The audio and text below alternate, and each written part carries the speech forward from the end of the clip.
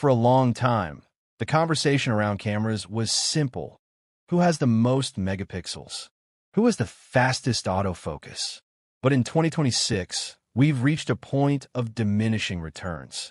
Almost every mid-range camera is now too good for the average user.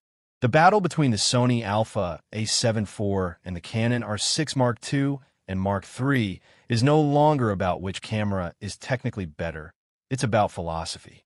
On one side, you have Sony, the Silicon Valley approach to photography, where data, third-party choice, and clinical precision are king. On the other, you have Canon, the legacy of the film feel, where ergonomics and color science are designed to make you feel like an artist rather than a technician. Today on Visual Codex, we aren't just comparing specs. We're comparing two different ways of seeing the world.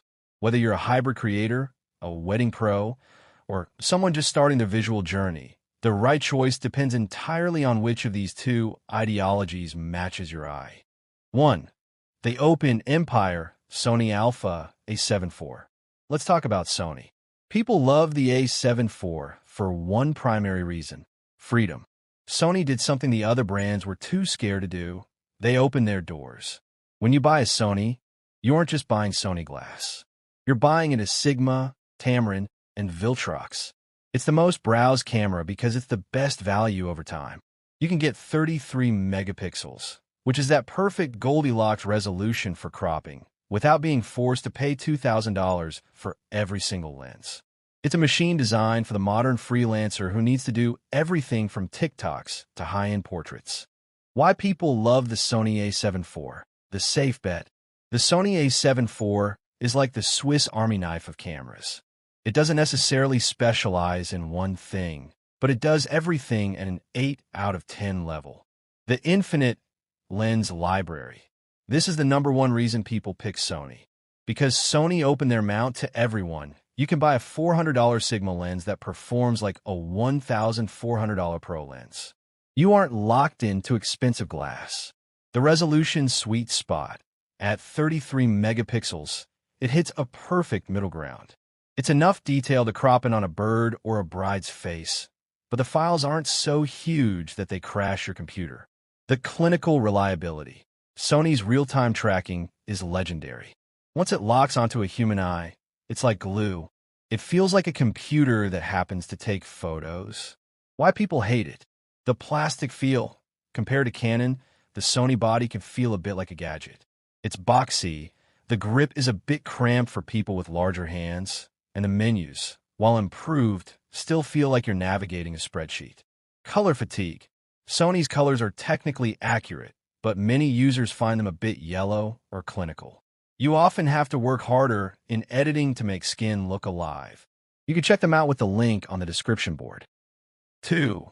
The intuitive legend Canon R6 series, but then you pick up the Canon, and suddenly, the Sony feels like a computer. People don't buy the Canon R6 for the specs, they buy it for the experience. Why do people love it? Because of the Canon Glow. There's a warmth to the files that Sony just hasn't mastered yet. If you're a wedding photographer and you're shooting 3,000 images in a day, you don't want to spend 3 days fixing skin tones in Lightroom. With Canon, you're 90% of the way there the moment you click the shutter. And with 40 frames per second on the newer models, you aren't just taking photos.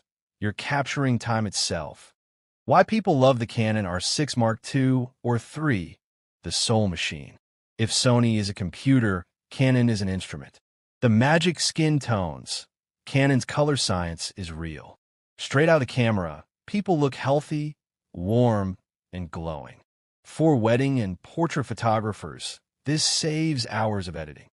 Insane speed.